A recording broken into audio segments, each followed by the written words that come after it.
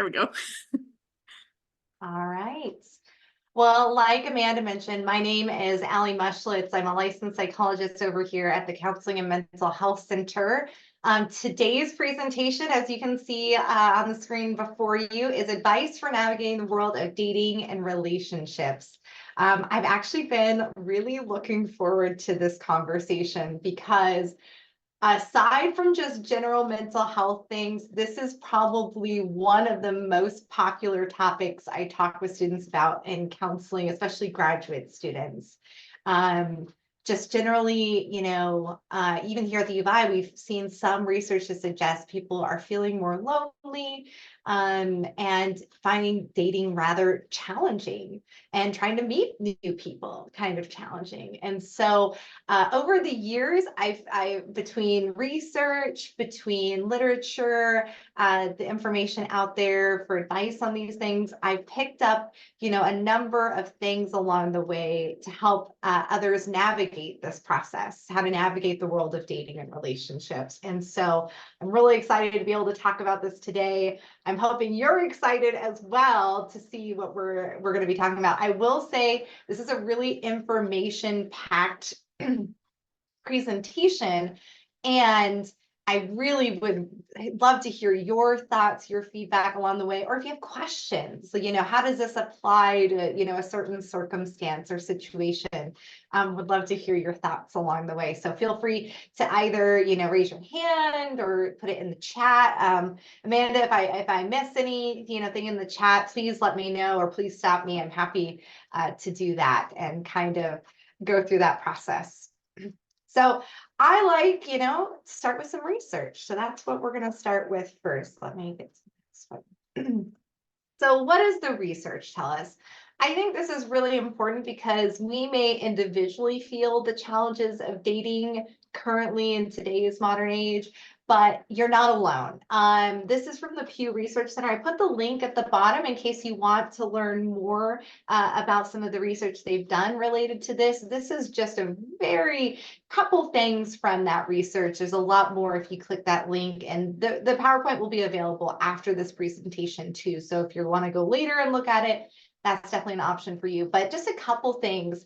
So 67% of daters, this was of Americans that they were polling, find that overall things in dating life are not going too well, or going not at all well. So if you're feeling that way, you are not alone. Majority of people dating or wanting to date are feeling that as well.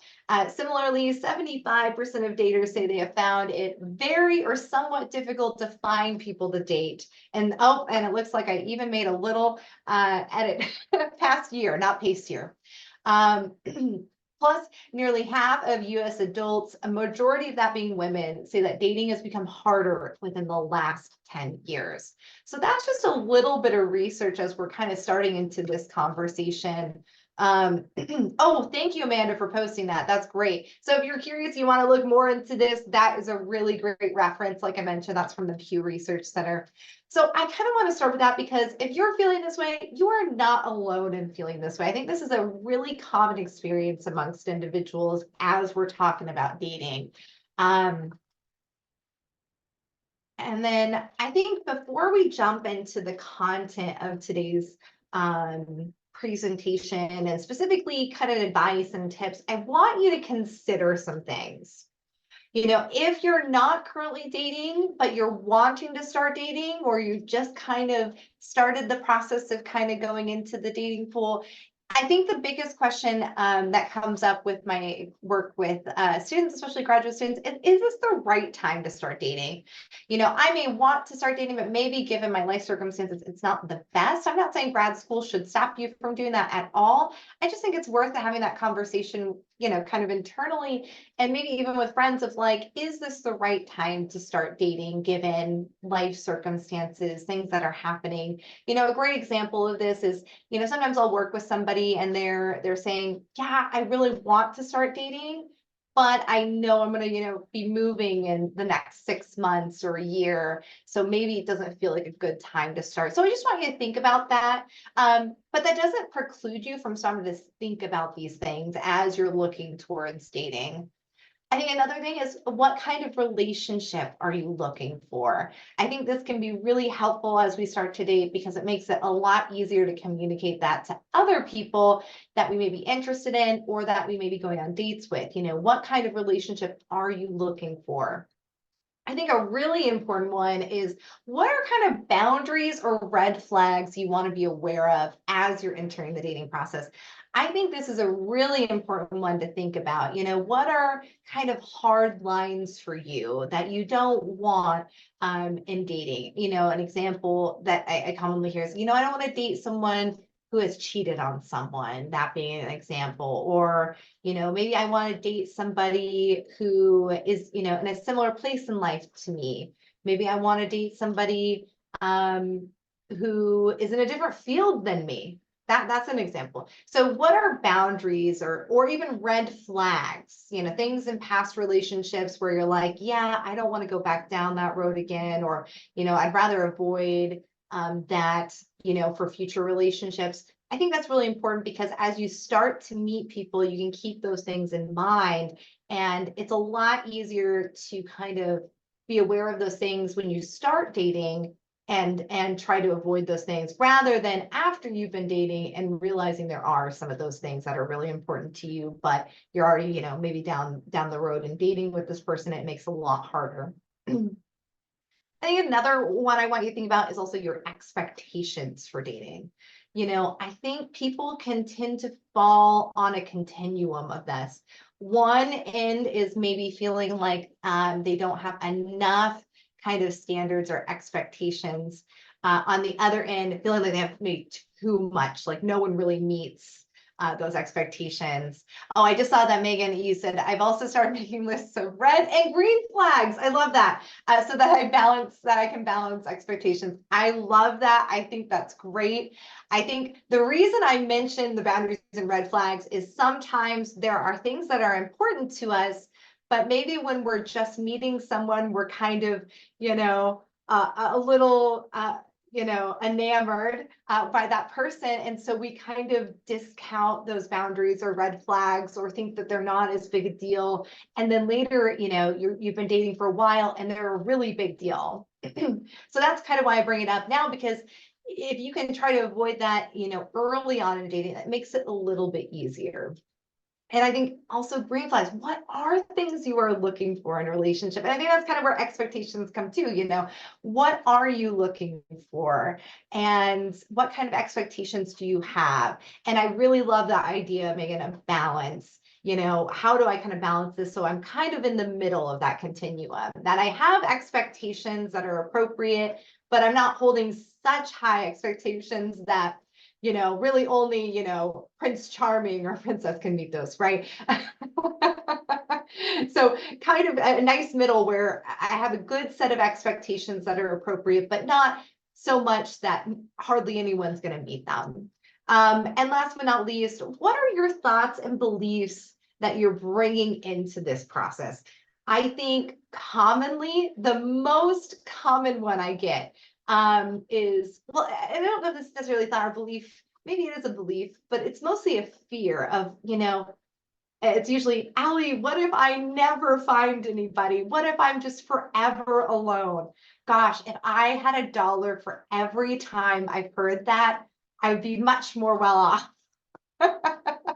Because it's such a common fear that comes up for so many people along this dating journey. And I just want you to keep in mind that, we can get you on dates.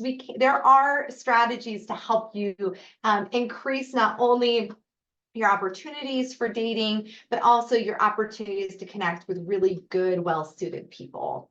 And so I want you to try as best you can to leave some of those negative thoughts, beliefs, or fears that you have about dating to the side just for a moment while we try to kind of forge through with some ideas, because these are not just ideas that are coming from research and literature. These are things I've worked with people on that I found people have been pretty successful at utilizing and being able to get themselves out there and dating. Now, I can't guarantee you're going to find the love of your life, the one that ends up being a lifelong partner, but I can guarantee you that these will help increase your chances and opportunities for dating and your chances and opportunities for finding a good partner.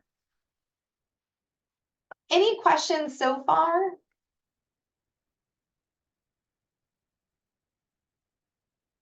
All right, well, I'm going to move to a question. I really want to open it up because I feel, I kind of talked a little bit about some of the fears or the worries that come up when we talk about dating and relationships, but I'm curious what your, worries or fears or concerns are, because if I have an idea of it, it makes it helpful in this presentation to hopefully kind of address some of those or give you some helpful tips that may be helpful. But I'm curious, what are your fears and worries about dating, relationships, entering the dating world, things of that nature?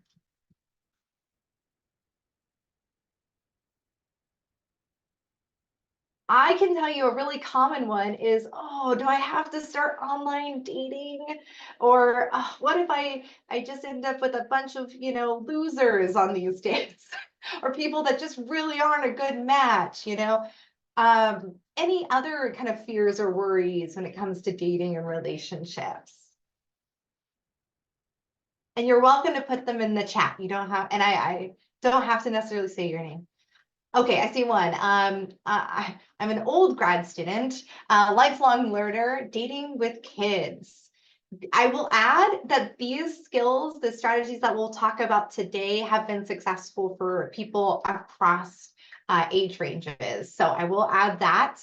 And I think there's ways that we can adjust those things that can help you in this process. But that's good to know. I think keeping in mind kids is helpful for me when we get to some of the strategies, because I think I can give some tips that might be more specific to that. Any other fears or worries about dating and relationships? I guess I feel Yeah. ironically, like kind of on the flip side of that, I know that I want to have a kid. And because of that, the structure of life, right? I knew that I needed and wanted to get my degrees out of the way before I could do that. But now, like, I'm turning 30 this May, and so there's this feeling of like, am I going to find, I know I will find someone and will continue to have meaningful, good relationships, but am I going to find someone who wants the same things as I do in time to be able to have the things that I want? Yeah. In the way that I want, right? Because I acknowledge I could adopt. Thank you, Melissa. Yes, Like I my love advisor that. keeps reminding me that women who have children after 35 have like way increased life expectancies. And I'm like, just remember, it's gonna be great. It's gonna be okay.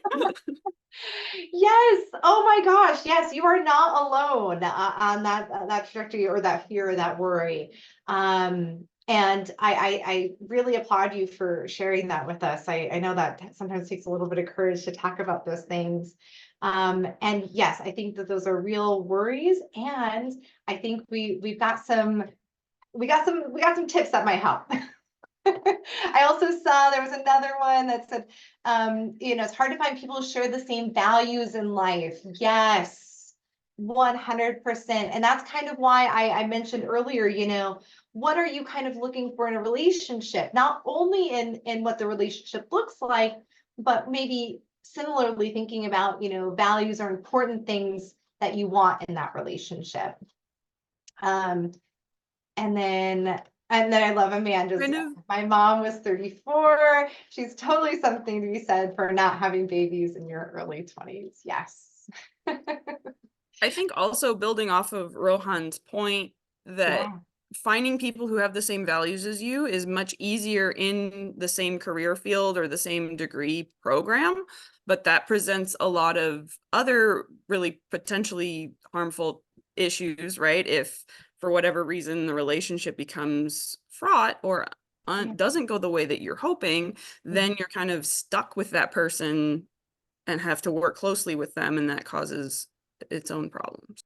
Yep. Yep. I think you are correct. And I think there's also ways that we can meet people who do share our values that aren't necessarily maybe in the same, in this case, if we're talking about grad school, aren't necessarily in the same program or in the same field, but maybe still share some of those things. I think it depends on the values and the important things, but I think we can probably work with that. Oh, I see some other messages. I saw Amanda's. I'm trying to see. That the potential partner will demand too much time, especially when working to go to grad school. Yes. Oh my gosh. I think that's my number one complaint or concern I have for graduate students is like, if I decide to do dating, how much time is this going to take? And I think I'll add more later, but I think there is a way to approach dating where even if it's limited time, it's just really being intentional with the time that you do have. I think that's really important because sometimes we can have time spent in relationships that is a little less intentional and is kind of maybe a poor usage of time. But if you are dating and you have limited time, I think it's really important to be intentional with the time that you have.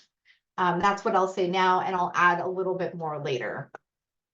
Okay, so I just want to, before we move forward, I'm gonna mention, I'm gonna do a little bit for online dating, and then I'm gonna do a little bit about in-person dating. Because I know people kind of fall on one side of the fence or another. And so I just want to give that both options and tips for both options. And maybe both options are what you want to consider. I also see, Rohan, you mentioned as an international student, it also feels challenging to navigate differences in culture. I 100% agree. I think that can be really challenging. And I think we'll talk about this in a little bit, but knowing what kind of important things you're looking for in a partner, whether that's, kind of values, important things, maybe even cultural things that are important to you. To keep that in mind in dating, it can make it a little bit challenging. I imagine being in a different culture from the one that you were raised in. And I think we can still find people that might be a good match for you. All right, so I'm going to start with online dating. This is the thing everyone fears. I think this is the thing I hear the most complaints about. I think that's also supported by the research. People are, online dating, do I have to? But I want to do a little plug for online dating because I think it's right now, don't quote me on this, I think it's like 1 in 10 relationships start with online dating nowadays. And the other plus for online dating is it gives you more potential opportunities to meet people that you wouldn't normally meet. Now, does that mean it's all great and dandy? No, there's some definite challenges and definite downsides to online dating. These are just a few points of advice for online dating that I regularly recommend. I think one, photos. I'm going to start there because that's the first thing anyone sees of your profile. I wish that wasn't the case, and yet we're a very photo video informed society. So what I usually suggest is one, finding good quality photos of yourself. If you don't feel like you have any, what I often suggest is finding a good friend who's maybe good at pictures. Sometimes we have that friend that's really got some good Instagram photos or is just willing to kind of be your friend and help you take some good photos. What I often suggest is, putting on a decent outfit. Doesn't have to be too fancy. Just, you tried a little bit. And trying to find, settings to kind of, one, get good lighting, and two, maybe a nice natural background. And I also will add, try to put photos that represent you accurately. That's where we'll go with accurate representation as well. Oh, I love that. I have a friend who is good at taking others' photos, so I don't have any good of my own. Well, you got to find somebody to help you out. Maybe it's a new somebody or a family member. I think the other part is sometimes photos can be deceiving, right?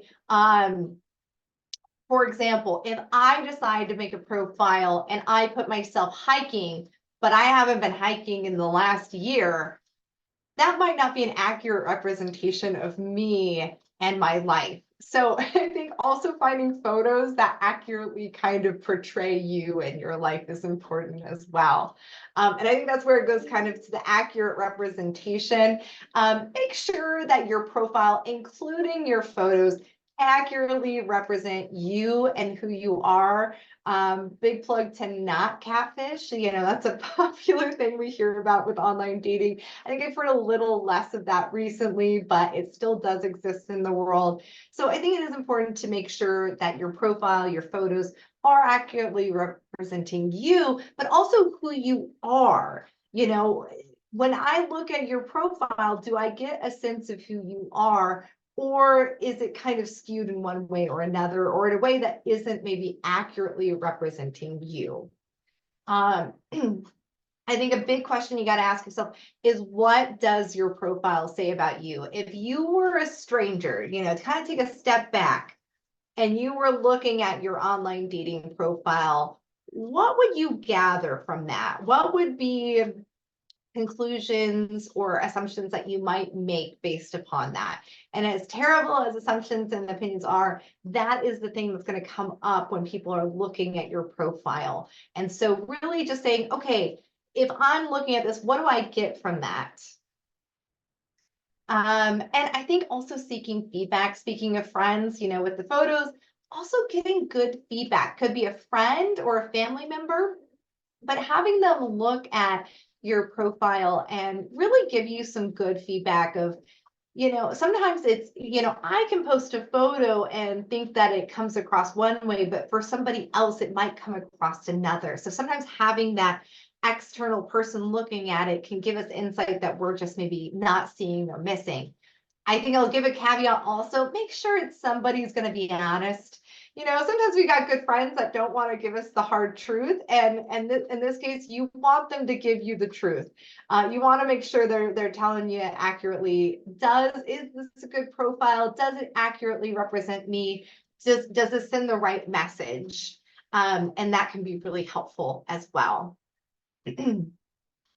And then I think so most of the first part is just kind of looking at your profile, making sure it looks good, making sure it is an accurate representation of you. I'll also add, if you're kind of, you know, wanting tips and tricks on kind of how to make a good profile, there is so much resources out there. You know, people have been doing online dating for a while now, and so there are a lot of great advice out there around how to make a good profile. I think it also depends on the platform that you're using. Speaking of which, I will mention, I think platform is something you should consider with online dating.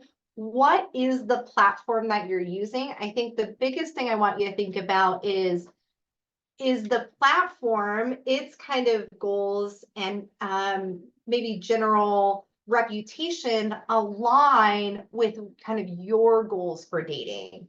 You know, a great example is this, you know, if I'm looking for a more long-term serious relationship, do I want to be putting my profile on a dating platform that is more curated or has a reputation curated towards, you know, hookups or kind of casual dating? So those are something to think about with regards to platform and kind of your goals and aims with what kind of relationship you're looking for. And if you're having any challenges figuring out what's kind of the reputation of this platform, their kind of missions and goals, I highly encourage you to do some research online. There is a lot of information out there. And then last but not least, so you got the profile, you've done all these pieces, you made sure you got some good photos, you got some feedback, you really took a look at this profile, now you feel ready to put it out there, and you start talking to people. I think the biggest challenge that I often hear, but is also just a challenge, is you end up stuck in the message phase. And so what I encourage you is, if you find someone that you think is a good fit or could be a potential good fit, try to move quickly towards meeting them in person, because one, messages, you know, when you don't know somebody, can get kind of boring, can get kind of stale. It can kind of be those same set of questions you ask everybody. Plus, not everybody is good at messaging. It's just the truth. I think I'm a great example of that. I think you know, I have a decent good personality, but gosh, you wouldn't know it from my texts or emails. I'm just not good at that. So I think, sometimes the messages can be a poor representation of the person, and it's sometimes just easier to get a sense of the person first. I saw something I've run into with my goals and dating platforms is that there's often an added cost for the services that are closely aligned. Yes, I would agree. I know I've had a number of people who have been on dating platforms that haven't had to do the added costs and have had success. I think it depends on the platform and kind of its approach. There are a number of free platforms out there that will have, if you want this kind of extra perk or service, then you can add. But there's a lot of ones out there, and they've become a lot more affordable as well for the ones that do cost money. But I will say I've seen a lot of graduate students, individuals have a lot of success on free platforms as well. So don't let that discourage you. And if you have questions about platforms, I can say something at the end of the presentation when we stop recording. I've worked with enough people that I have some sense of some of the platforms, not all of them, but some of them. So, but back to kind of what I was mentioning with moving towards meeting in person. It's just sometimes really difficult to get a sense of a person just from messaging, especially when you don't know them. And so if they seem like a decent fit just based upon what you're, kind of initially gathering, then I would try to move to meet them. That doesn't mean necessarily like a first full date. It could just be like, I just want to meet you and get a sense of like, is this a good match or not? It could be going for coffee. It could be going for a walk. It could be going to, I don't know, the farmer's market or something really simple. And I think what's nice about those is that if it's not a good match or it's just not a good fit, those are types of tasks that you can kind of end quickly, or you can kind of get out of without it being too serious or too time committed. So I think that's what's helpful about that. I will add, on either side, I think I would encourage doing it in a really public place. One of two reasons. Females often can, I should say females, but I mean, it can apply to really anyone, can feel really uncomfortable, sometimes unsafe in certain settings if it's not in a public setting. So I would encourage that first meeting to be somewhere public to either help with your own kind of, worries or fears, or to help with the worries or fears of the other person.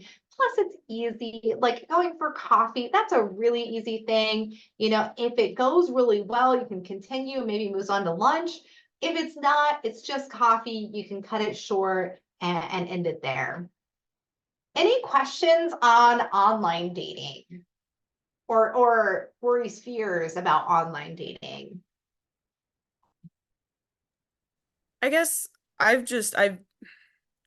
online dated in Seattle. I online dated in this community, right? Like I've done tons of online dating on multiple platforms, and it's just so demoralizing because it's such a numbers game.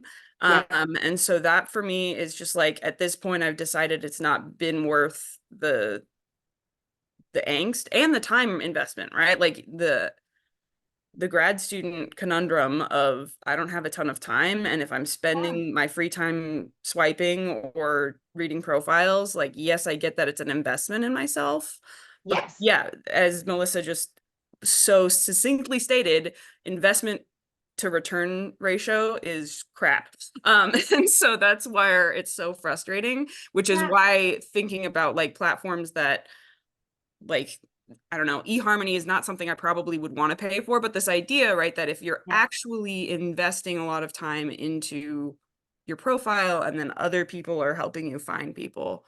But I don't know, that's just been the conundrum. And then my other big fear is, now that I am a teacher, Yeah. I don't want, like, even if my age settings limit me from seeing my students, I don't want my students seeing my dating profile when they're, bopping around, because that's wildly uncomfortable. That's completely fair. I can't help necessarily with the teacher thing. I think that that's kind of the nature there. Unfortunately, I can't fix that one, but I will say these steps, I've worked with people who have had a lot of not success in online dating, and we've been able to turn that around with some of these specific steps. I know that's, I will also add, online dating is not the most fun experience sometimes, and it can be really demoralizing. It can have really negative experiences. I think one thing I would encourage is, if you decide to go back to online dating, or you're someone who's currently looking at online dating, is you don't have to do, I think that's where I kind of like, avoid the messaging too long. You don't want to kind of fall into that loop. The moment that you see that it's not a good match in messaging, it's okay to move forward and on. And it's okay to be honest about that. Like, hey, you seem really great. I just don't think this is a great match, and kind of moving forward. But I do have some people I've worked with specifically on this, and that they've had really bad experiences, and we've been able to make some changes and turn a little bit of that around. But I can't guarantee that is going to totally help save all those challenges. Oh, I see. I've thought about organizing speed dating in person, little in 1990s. I love that idea. Low time investment to attend, maybe a better return on investment. Huh? I like that. If that was definitely an option, I think I would definitely send people that way. I think it would be a lot better. But these are just a few tips and tricks that can help with that process, and it maybe give you some hope that things can get a little bit better in this realm. All right, so I'm going to move to in-person, unless there's any other questions or thoughts on online dating. Okay, I'm not seeing anything, so I'm going to move forward.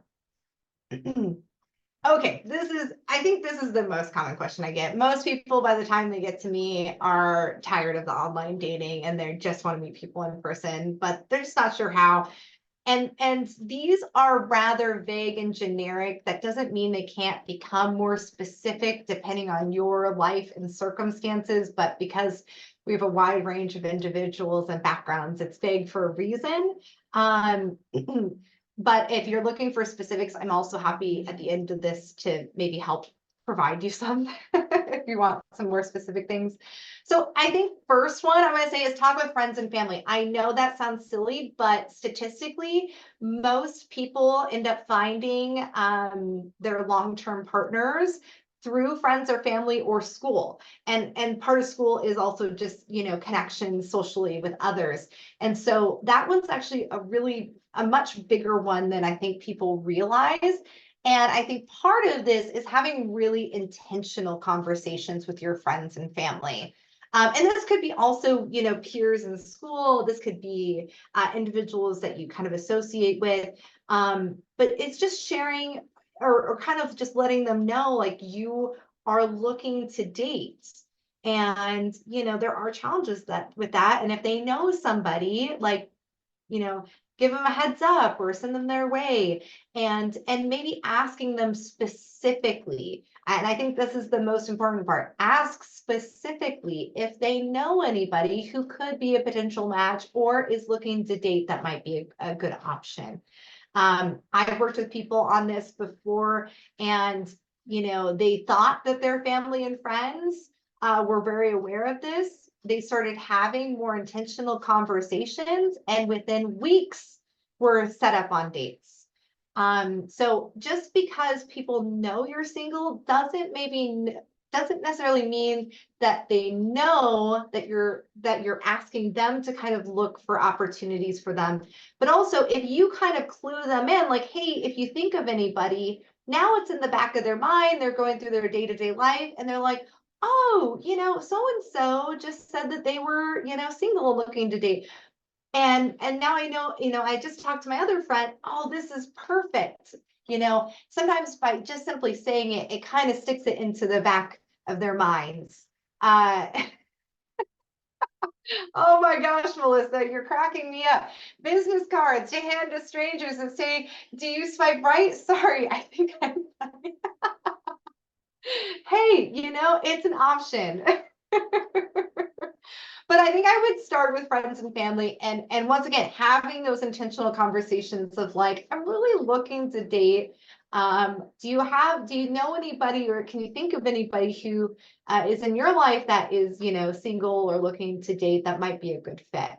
That is a really great place to start. And like I said, maybe it just even puts it in the back of their mind. They run into somebody who's talking about dating, and oh, the dots align and they're able to make that connection for you. And I've actually seen this work probably the most successfully of all the strategies. I'm going to be honest. That one seems to be the most successful strategy, by having intentional conversations with friends and family. I've seen a lot of people set up on dates that way. I think the other one is looking towards your interests and hobbies, connecting with others in this area of interest. Maybe you're really into hiking, but maybe you mostly hike by yourself. Maybe trying to connect with other people who are hikers so that you can kind of expand that social circle. So it's sometimes you have hobbies or interests that are more individual or that aren't shared necessarily with others. The goal would be to try to take that area of interest and hobbies and try to expand that social connection in some way. What are, another one that I've heard people say is, when we're talking about values, right? Like maybe some sort of like religion is really important to them. So trying to connect with people in their religious communities.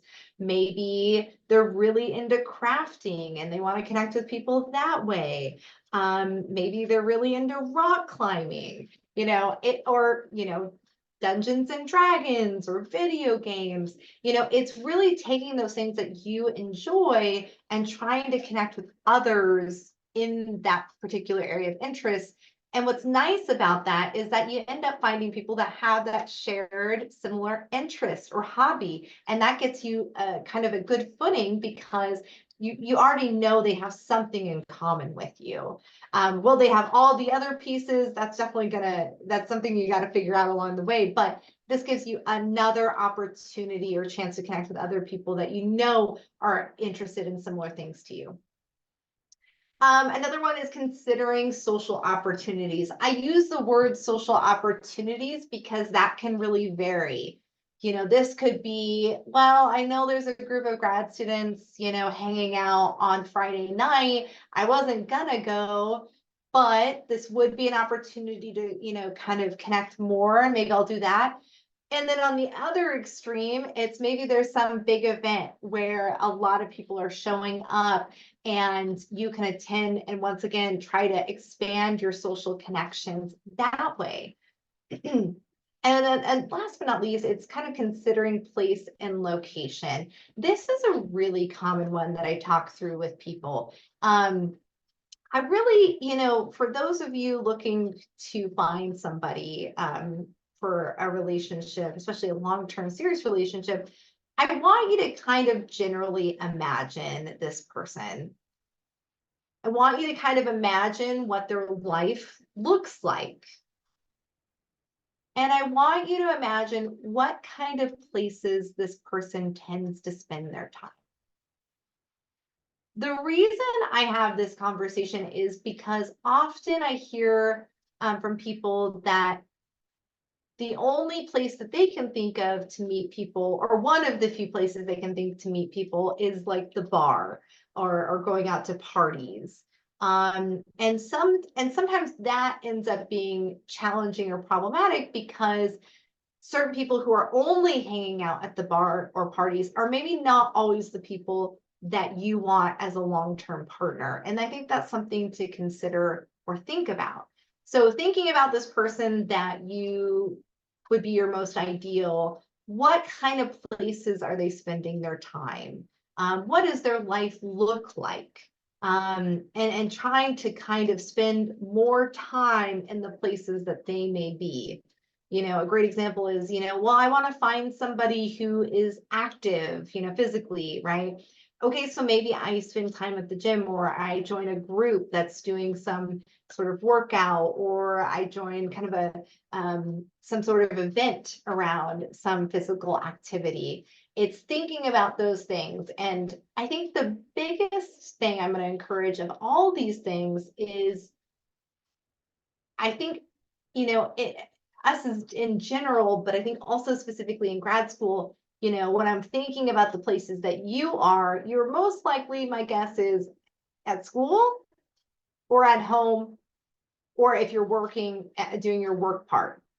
Outside of those, it might be really challenging to find you anywhere else aside from maybe running errands. I don't know if that's the case for you. I know it is for a lot of grad students I talk to. And so the challenge with that is the person that you're looking for might also be doing that as well. And so what we're trying to do is find you more opportunities either in those specific areas or outside of them. If you're going to choose to look within the areas that you already are at, it's being really intentional and trying to reach out and connect with people. Oh, I see that there's a question. What is socially acceptable and respectable way to approach people in social settings? Being socially anxious doesn't help when you're in these situations. Oh, yes. I think, you know, I think it's a mixture of things. The social anxiety is a really common thing that we talk about and hear about these days. And I think part of that is just, we are more technology inclined. That's where a lot of communication happens. And so I wonder if that's part of it. I also wonder if part of that, let's just be honest, COVID happened. I think we noticed research-wise an increase in social anxiety after COVID. And so I think those are things to keep in mind. And in terms of socially acceptable, I think, I think it depends on the setting. So I apologize, but I'll give you some examples, right? If I'm at some events or like some club, I think it's totally socially acceptable to say hi and introduce yourself. And just try to meet people, because I think a lot of times people are meeting people at those types of events. Whereas, if I'm at a coffee shop, you know, maybe that's the place that I think that the ideal person, because I love coffee, so I would imagine my ideal person would also love coffee. Maybe I decided to spend time at a coffee shop, for example, then that kind of varies, right? Like if there's maybe a moment as you're ordering coffee where, you can, compliment, right? Something about the person appropriately. Or, maybe you're walking by and you see someone reading a good book or just a book. And you could say, oh, I thought that book looked really interesting. Is it a good read? Or like, oh, I've read that one before. I really loved it. It's just kind of finding subtle ways to start a conversation. And, you might find that people aren't interested in having the conversation, and that's okay. You can just keep moving forward. But you might notice that they seem engaged when you try to start a conversation. And that kind of gives you a sense of, oh, okay, maybe I should try to continue to engage in this. And you might not find that all are successful. That's just the truth. But I would encourage, I think the biggest piece is that courage. And that's hard. And I think that's where I say, take it in small steps. Maybe it's just like a weekly goal. Maybe there's some group you're a part of that you tend to kind of be more shyer or not kind of interact with people that you don't know. And so maybe once a week, it's just, I'm going to say hello and introduce myself to one new person this week. I know when I put all these strategies out there, it can feel really overwhelming. My goal is not that you take all of them and do them all at once. My goal is just that you're thinking about these things and trying to expand your chances and opportunities to connect with people, because the more chances and opportunities you have to connect with people, the more likely you're going to find someone who's a good fit, because you're going to have more opportunities to meet people. I see something else. I think focusing on making quality micro connections is a good approach, because then you don't come off as too intense. I love that. Or like you want something from someone. It is a quality of micro connection. Maybe you'll bump into each other again at the same spot. Yes. 100%. Just, I think, those introductions don't have to be like, hey, I find you attractive. You seem like a decent human being. Can we date? That's not the goal. The goal is to simply just start a conversation. And maybe it's something small and subtle that eventually grows. Maybe it's something, you guys end up, getting engaged in a really good conversation that comes from it, and you exchange numbers. But it's just kind of that kind of door opening. And there's a lot of different approaches to that. I think I'll talk about this in building relationships too, but my biggest piece of advice is genuine curiosity. You might find that most people really enjoy talking about themselves. So when we can and engage in kind of genuine curiosity, people get a sense of that genuineness, like you seem genuinely interested or curious, and they want to engage. So trying to think genuinely, like, what are you genuinely curious? If say you're introduced to a new person, or you're at some setting where you meet a new person and you get to talking, think about that genuine curiosity. What do you want to know? Nothing too deep or personal, but just curious, those can be a really helpful thing to think about in trying to grow a conversation, especially if we feel a little bit nervous. All right, any other questions or curiosities around this before we move forward? I'm going to kind of move on to talking about, if it is a good match or it isn't a good match, those kind of things here in a minute. I'm going to talk first, though, about first dates and early dating. But any other questions? All right, I don't see anything, so I'm going to move forward. We got some time limited. I told you this is a very information-packed presentation. So mindset matters. I think going into a first date, if we go in assuming that it's going to be bad or thinking it's going to be just like the, last experience that maybe wasn't so pleasant, that makes a difference, and that it definitely comes across whether we intend it to or not.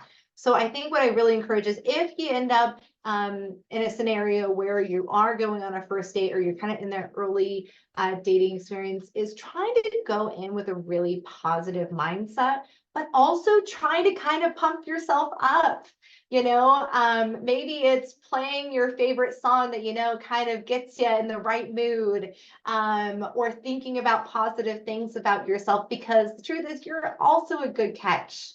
And you want this person to see that in you. And so going in kind of feeling like good and confident and good about yourself going into that can be really, it can come across very positively in a first date, but also it can make such a difference in how you feel on that date as well. Lead with a positive first step. I think this can actually apply to a few different things. I think one is trying to come, when we're thinking about positive first step, thinking about, okay, did I try with kind of, appearance and hygiene? You don't need to go fancy or wear a suit or something, but just, coming across, in a good sense, on that first impressions. But also kind of lead with that positive first step with the conversation too. Sometimes when we've been dating or we've had bad experiences with dating, we can, tend to have those conversations around, bad experiences with dating or really bad breakup or things of that nature. Something that can't come up, but I wouldn't probably focus too much, especially on that very first date on that. Try to really lead with that positive first step on this particular first date, and try to lean into that. Kind of like I mentioned, be genuinely curious, ask, questions that you're curious about this person. I think a big one I will offer also is so you might get confused, avoid information dumping. I use the word information because this can kind of apply to a few things, but sometimes, especially if we're nervous, or especially if we want this person to get a real good sense of ourselves, we can feel inclined to share a little too much about ourselves. And that can be really overwhelming on a first date or early in dating. And so I think trying to kind of modulate, like, we want you to share stuff about yourself, of course, but we don't want to get to a level that feels overwhelming or it feels kind of like a dumping of information. Also, sometimes when we do that, we can feel a little bit vulnerable afterwards, like, oh my gosh, I shared a lot. Like, I don't know how I feel now and how this person's going to react. So it also kind of helps you as well. And then last but not least, say it's the end of the first date, it's going well. I would suggest trying to talk about planning and follow up. Like, you could say something along the lines of, I really felt like this went really well. I would love the opportunity, or I would really appreciate the opportunity to meet with you again if that's something you're interested in. And if there's kind of a consensus around it, it's like, okay, what do we want to do? How do we want to move steps forward? Maybe it's, okay, we're going to try to find a time in the next week or two to get back together again. Or, oh, I'm free Wednesday night. You want to grab dinner? So I think that's really important too. And that can be really hard if that doesn't happen on both ends. Can feel nervous of like, when do I reach out to them again? And on the other end, it could be like, well, I thought that went well, but I don't know. I didn't get anything from that. So this can be really helpful at the end of a date to kind of, especially if it went well, to kind of do that planning and follow up. So these are just things to think about if it's a good match. Say you go on a date, it's going really well, and you've gone on a couple dates and it's continuing to go well. These are things to think about as you think it's a good match and you want to kind of build upon this relationship in a positive direction. Okay. I just saw a comment. I think knowing if it went well or not is challenging, at least for me. I don't think you're alone. No, I don't think you're alone. I think sometimes it can be obvious in cases where it's really not a good match. But other times it can be really hard, especially when people are trying to be nice. And so I think that's why I suggested at the end of a date, especially a first date, if you felt like it went well or you felt positive about the date, to say that, I thought this date went really well. What do you think about the idea of getting back together again? That way it opens a dialogue and they can either say, yes, I agree. I thought this went really well. I would love to get together again. Or I find most often than not, people won't outright say no to you, which is probably the nice part and the thing that we fear. I think they're more likely to say something of like, oh, I think I'm really busy, or, I really thought you were great, but I just didn't think it was a great match, or it didn't quite align kind of what I was looking for. So I think that's the nice part there, but it just opens that conversation. And based upon how they respond to you saying that, you can get a sense of whether they kind of agreed or didn't agree with kind of your conclusion. Is that helpful? I'm hoping. Yeah, okay, yes, okay.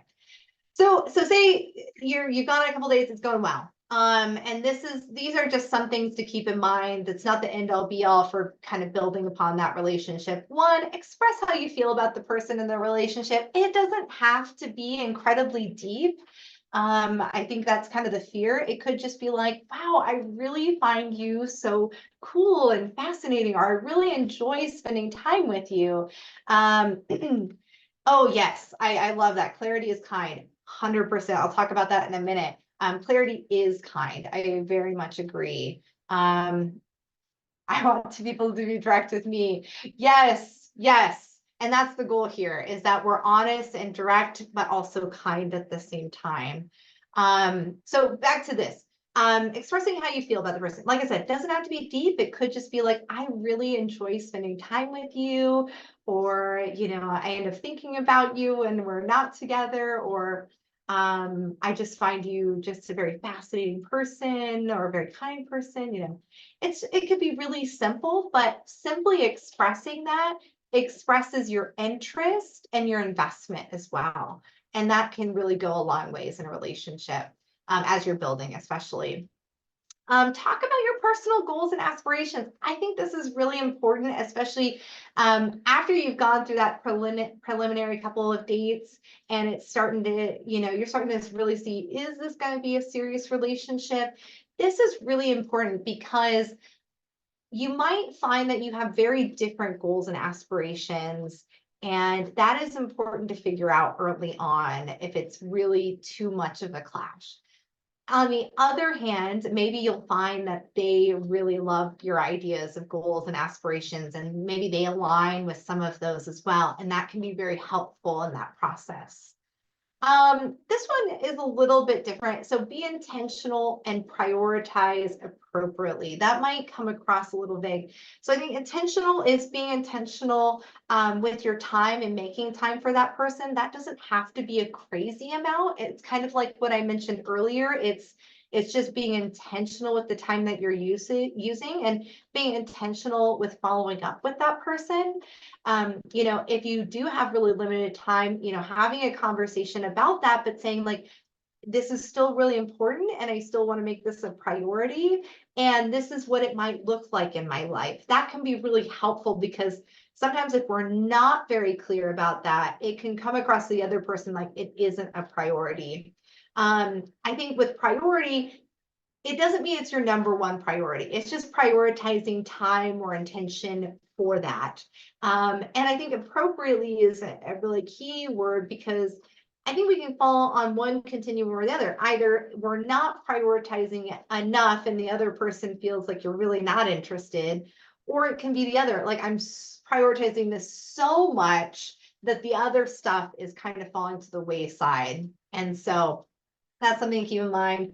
Trust is a step-by-step process. I say that because as you share little bits, they share little bits, and you start to build trust. I think that's why we've tried to avoid that information dumping, because trust is built upon that process of sharing information. And when we dump all at once, it can take a little bit away from that process. And communicating your boundaries and needs, like we mentioned before. Where are your boundaries? What are things that you need in a relationship as you're building it? And that can really help the relationship grow. Last but not least, I apologize, we're really hitting on that mark. This is just a couple suggestions. If it's not a good match, one side is for first date or early in the dating process. These are just some things. One, it's okay. It's okay to go on a date and it's just not a good match. That's all right. I think sometimes we feel pressured to make it work, or to feel bad that it doesn't, but that's part of the dating. Dating is meeting people and having opportunities to meet people so that hopefully we find somebody who is a good match. I think if at the end of the first date you're not feeling a connection, it's okay to say that. It's okay to say, I really appreciate you. I appreciate you going on this date with me. I'm not feeling kind of a romantic match here, but I really appreciate you taking the time. If you feel uncomfortable saying this in person on a first date or very early in the process, I think at that time it's okay to message the person. But once again, try to be really honest and straightforward, avoid kind of general statements and just saying, I really appreciate you. You're great. I just am not feeling a romantic match here, or something along those lines.